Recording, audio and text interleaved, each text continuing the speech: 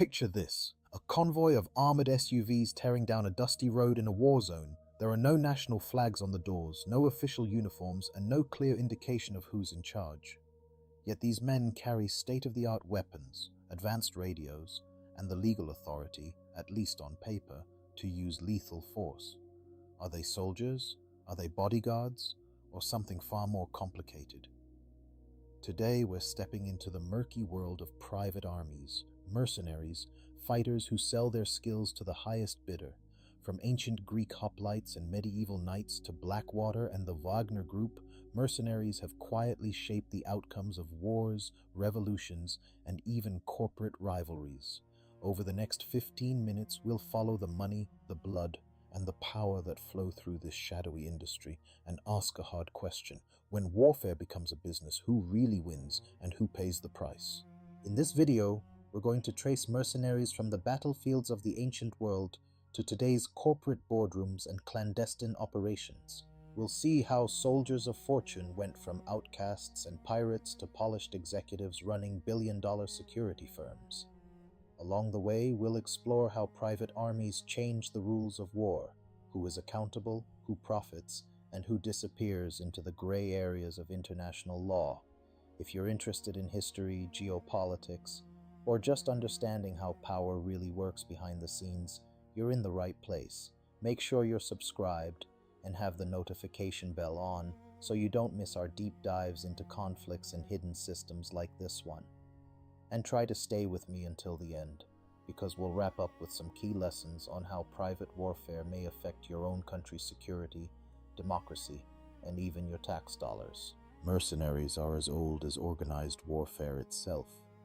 In ancient Mesopotamia and Egypt, rulers often hired foreign warriors to supplement their own troops. The Greek city-states took this further. After the Peloponnesian War, thousands of battle-hardened Greek hoplites rented out their services across the Mediterranean and Near East. Xenophon's famous 10,000 were Greek mercenaries marching through Persia, not official state soldiers. Why hire outsiders? Loyalty, ironically. A king could trust mercenaries to be loyal to their paycheck, not rival local nobles. They were also expendable, easier to sacrifice foreigners than your own citizens. At the same time, mercenaries could be dangerous. If unpaid, they mutinied, looted, or switched sides. Ancient rulers constantly walked a tightrope, used these professionals to win wars, but never let them become powerful enough to overthrow you. From the beginning, mercenaries were both a solution and a threat, tools of power that could easily turn on their masters. Move into the medieval and early modern periods, and private armies become almost normal. Italian city-states hired condottieri, mercenary captains, who signed contracts or condotte to raise and command troops. These men sometimes ran entire small states, turning war into a formal business. Across Europe, kings leaned on mercenaries like the Swiss pikemen and German landsknechts, elite infantry rented out to the highest bidder. These forces could decide the fate of dynasties, but they also committed brutal atrocities when unpaid or unleashed, as seen during the 30 Years' War. In some ways, these private armies helped centralize power. Rulers without strong national armies could still compete, but they also weakened the idea that soldiers fought for a flag or a cause. Instead, war became a marketplace, with loyalty auctioned off in gold florins and silver thalers. The basic question remained, if you're paid to fight, who do you really serve when the money runs out? By the 19th and early 20th centuries, European empires publicly embraced national armies, while quietly continuing to use mercenary-like forces. The French Foreign Legion, founded in 1831, recruited foreigners to fight France's colonial wars. Technically, they were regular troops, but many were exiles, adventurers, or men running from past lives. Meanwhile, private individuals and companies raised their own forces in colonial theaters. Cecil Rhodes and others backed armed groups in southern Africa to secure mining rights. In China, Western powers used mercenary officers to train local troops. The lines between state-sanctioned forces and hired guns blurred. At the same time, international law slowly tried to tame this chaos. Conventions and treaties began defining lawful combatants and outlawing certain forms of private violence, but the idea never died. Whenever there was money to be made and plausible deniability to be preserved, someone, somewhere was willing to fight for a price, even under a flag that wasn't quite their own. The late 20th century saw a new kind of mercenary emerge, the modern private military company, or PMC. Instead of ragtag adventurers, these were incorporated businesses with logos, websites, HR departments, and legal teams. They marketed themselves not as soldiers of fortune, but as security consultants and risk management providers. Executive Outcomes, a South African PMC in the 1990s, set the template. Hired by governments in Angola and Sierra Leone, they used highly trained ex-special forces to push back rebels and secure critical resources, especially diamond fields. They were startlingly effective, sometimes more so than national armies. This model appealed to fragile states and corporations. You could buy elite military capability without building it yourself. For wealthy nations, PMCs offered deniability, useful in messy conflicts where public opinion hated the idea of deploying regular troops. Warfare, once a strictly state-run institution, was quietly being outsourced to the private sector with contracts replacing declarations of war. The world really noticed private armies during the US-led wars in Iraq and Afghanistan. Companies like Blackwater, DynCorp, and Triple Canopy flooded into the region, providing everything from convoy protection and base security to training local forces and guarding diplomats. At points in Iraq, there were nearly as many contractors as regular US troops. These weren't just bodyguards. They operated armored vehicles, flew helicopters, and carried heavy weapons. In 2007, Blackwater became infamous for the Nisour Square massacre in Baghdad, where contractors killed 17 Iraqi civilians. The event sparked global outrage and raised a chilling question. Who holds private fighters accountable when they kill in a foreign country? Contractors often operated in legal gray zones, shielded by special agreements and jurisdictional gaps between US, Iraqi, and international law. For militaries, PMCs were a useful pressure valve. For critics, they were a sign that war had become just another outsourced government service with profit margins attached. Not all modern mercenary work looks like a Hollywood firefight. Much of it is logistical, technical, and advisory. Contractors maintain drones, guard oil infrastructure, train special units, and even analyze intelligence. But the common thread is money. These are services sold on a market. Who are the clients? Fragile governments seeking regime survival, multinational corporations protecting assets in unstable regions, and powerful states wanting plausible deniability. Hiring a PMC lets a government influence a conflict while officially claiming those aren't our troops. This raises an uncomfortable issue: accountability. When a national army commits abuses, at least in theory, parliament, courts, and voters can respond. When a corporation's private army crosses the line, punishment is murkier. Fines, cancelled contracts, quiet settlements.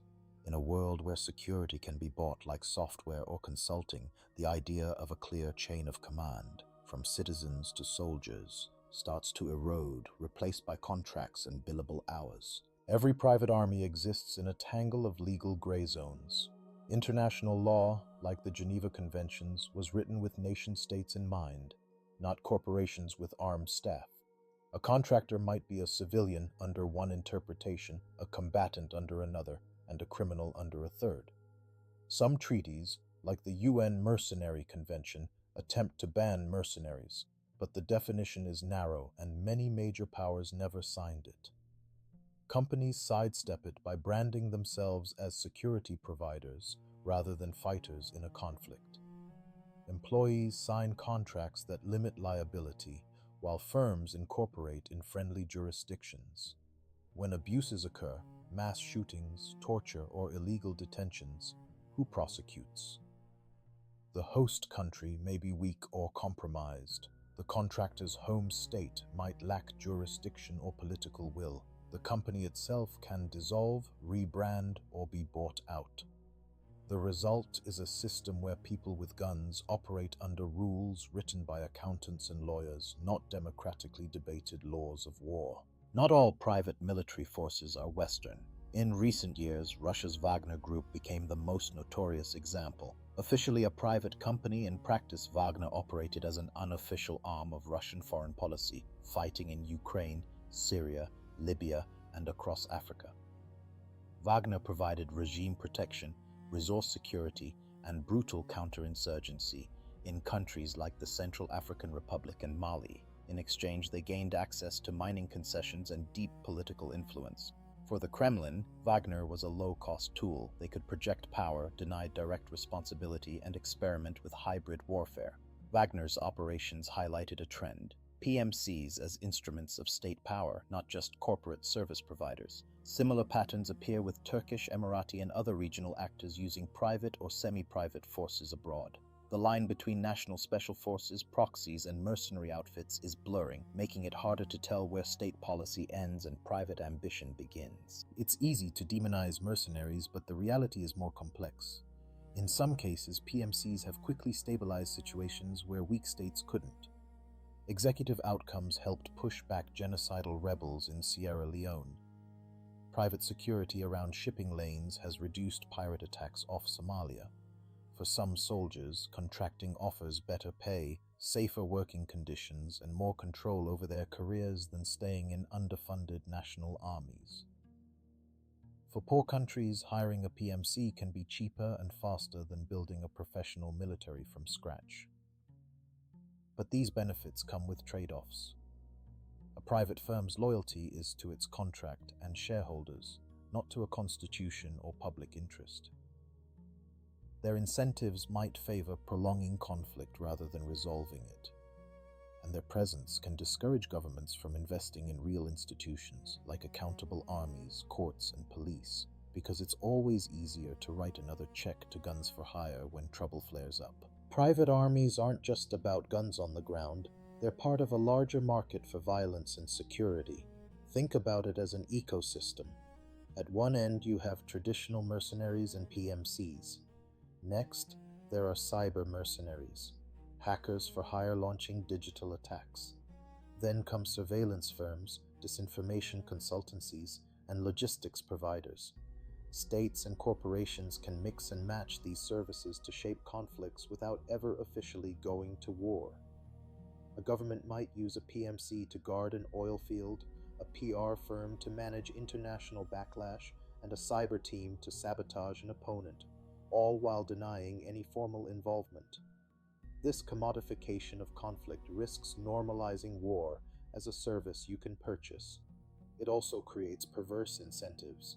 Stability doesn't necessarily maximize profit, but ongoing low-level conflict does.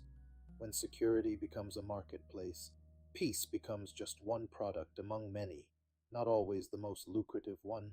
So where is this all heading? Several trends stand out. First, demand is growing. As great powers compete in Africa, the Middle East, and the Arctic, PMCs and similar actors offer flexible tools for influence. Second, technology is lowering the barrier to entry. Drones, commercial satellites, and digital tools allow smaller groups to field capabilities once reserved for states. Third, legal regulation is lagging badly. Attempts to create binding international rules on private warfare are fragmented and weak, especially when major powers benefit from the current ambiguity. We may see more formal licensing and oversight of PMCs, but probably with plenty of loopholes. Finally, public awareness is still low.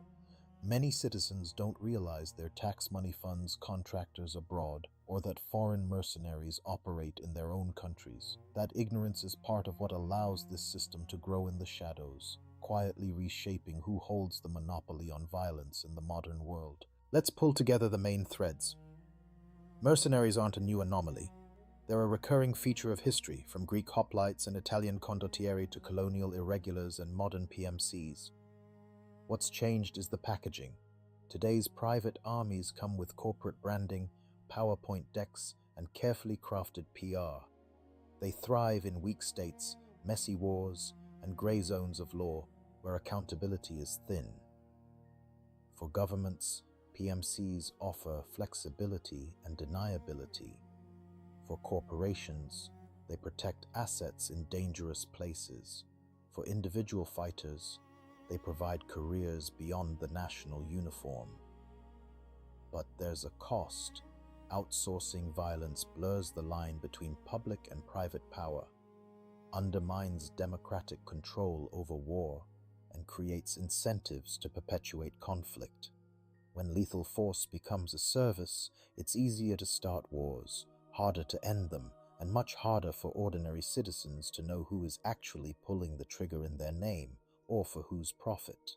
If this deep dive into private armies has changed the way you think about war and power, don't let it stop here. Take a moment to subscribe and turn on the notification bell so you won't miss upcoming investigations into the hidden systems shaping our world.